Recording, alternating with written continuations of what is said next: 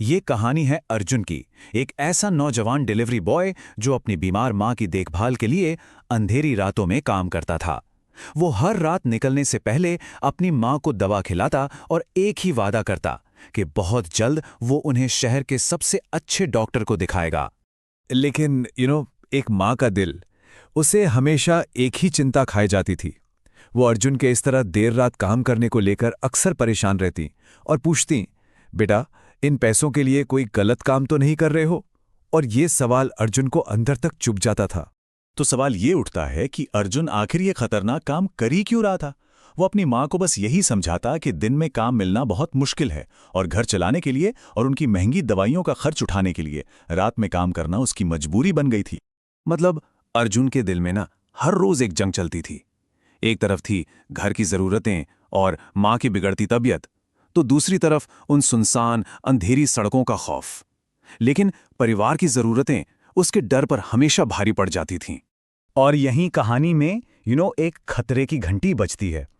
गांव के एक बुजुर्ग शंकर काका उसे चेतावनी देते हैं। वो अर्जुन को उस घने डरावने जंगल के बारे में बताते हैं और बताते हैं ठाकुर बलवंत सिंह की उस वीरान हवेली के बारे में, जहां रात में कोई परिंदा भी पर मारने की हिम्मत नहीं करता। लेकिन अर्जुन, वो तो अपनी बात का पक्का था। उसने शंकर काका से साफ कह दिया, अगर मैं डर कर घर बैठ गया तो हमारा घर कैसे चलेगा? उसके लिए डर का सामना करना ही सम्मान से जीने का इकलौता तरीका था। और बस यही सोचकर वो अपने काम पर निकल पड़ा। और अब कहानी एक बहुत ही खतरनाक मोड़ लेने वाली थी। अर्जुन को एक ऐसा लेट नाइट ऑर्डर मिलता है जो उसे उसी खौफनाक जंगल की तरफ ले जाएगा जिसके लिए उसे बार बार मना किया गया था। रात के ठीक 11 बज चुके थे। ढाबे के मालिक रघुनाथ काका ने उसे बताया कि ठाकुर की हवेली से ऑर्डर आया है। उन्होंने अर्जुन को बहुत रोकने की कोशिश की, समझाया कि उस जंगल में जाना मतलब मौत के मुंह में जाना है। लेकिन अर्जुन अपनी जिम्मेदारी से पीछे हटने को तैयार नहीं था। जंगल के बिल्कुल बीचों बीच अर्जुन को एक अजीब सा आदमी दिखाई दिया। उसके कपड़े फटे हुए थे, चेहरा एकदम पीला पड़ा हुआ था। ऐसा लग रहा था जैसे उसने कई दिनों से कुछ खाया ही ना हो। अर्जुन को उस पर तरस आ गया और वो उससे बात करने के लिए रुका। और बस जैसे ही अर्जुन ने उसे अपने पास से थोड़ा खाना देने की बात की, उस आदमी ने जो जवाब दिया उसे सुनकर तो अर्जुन के रोंगटे खड़े हो गए। वो लाचार सा दिखने वाला भिखारी अचानक एक आदमखोर राक्षस में बदल गया। उसकी आंखें खून की तरह लाल थीं और दांत किसी भेड़िए की तरह नुकीली। वो राक्षस अर्जुन पर हमला करने ही वाला था कि तभी अचानक शंकर काका जलती मशाल लेके वहां पहुंच गए। आग की लपटों को देखकर वो आदमखोर जोर से चीखा और अंधेरे में कहीं गायब हो गया। शंकर काका की वजह से उस रात अर्जुन की जान बच गई। तो जंगल के उस खौफ से तो अर्जुन बच निकला और आखिरकार उस रहस्यमयी हवेली तक पहुंच ही गया। लेकिन उसे क्या पता था कि असली खौफ तो अब शुरू होने वाला है। जैसे ही अर्जुन हवेली पहुंचा ना, उसे महसूस होने लगा कि कुछ तो बहुत गड़बड़ है।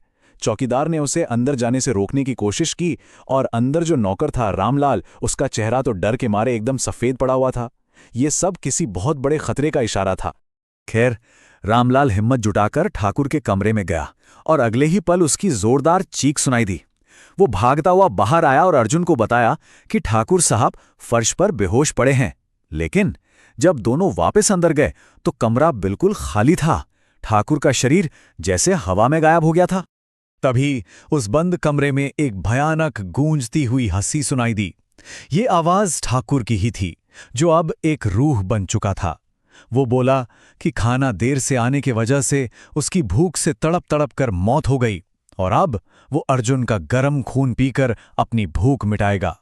ये भयानक रात अर्जुन को एक ऐसे मोड़ पर ले आई थी जहां से उसे एक ऐसा फैसला लेना था जो उसकी और उसकी मां की जिंदगी हमेशा के लिए बदलने वाला था। अर्जुन और रामलाल अपनी जान बचाने के लिए भागे। ठाकुर की रूह ने चौकीदार को उन्हें रोकने का हुक्म दिया। ये देखकर रामलाल ने चौकीदार को कस से पकड़ लिया और अर्जुन से चिल्लाकर कहा, भागो। वो जानता था कि अब वो खुद नहीं बच पाएगा।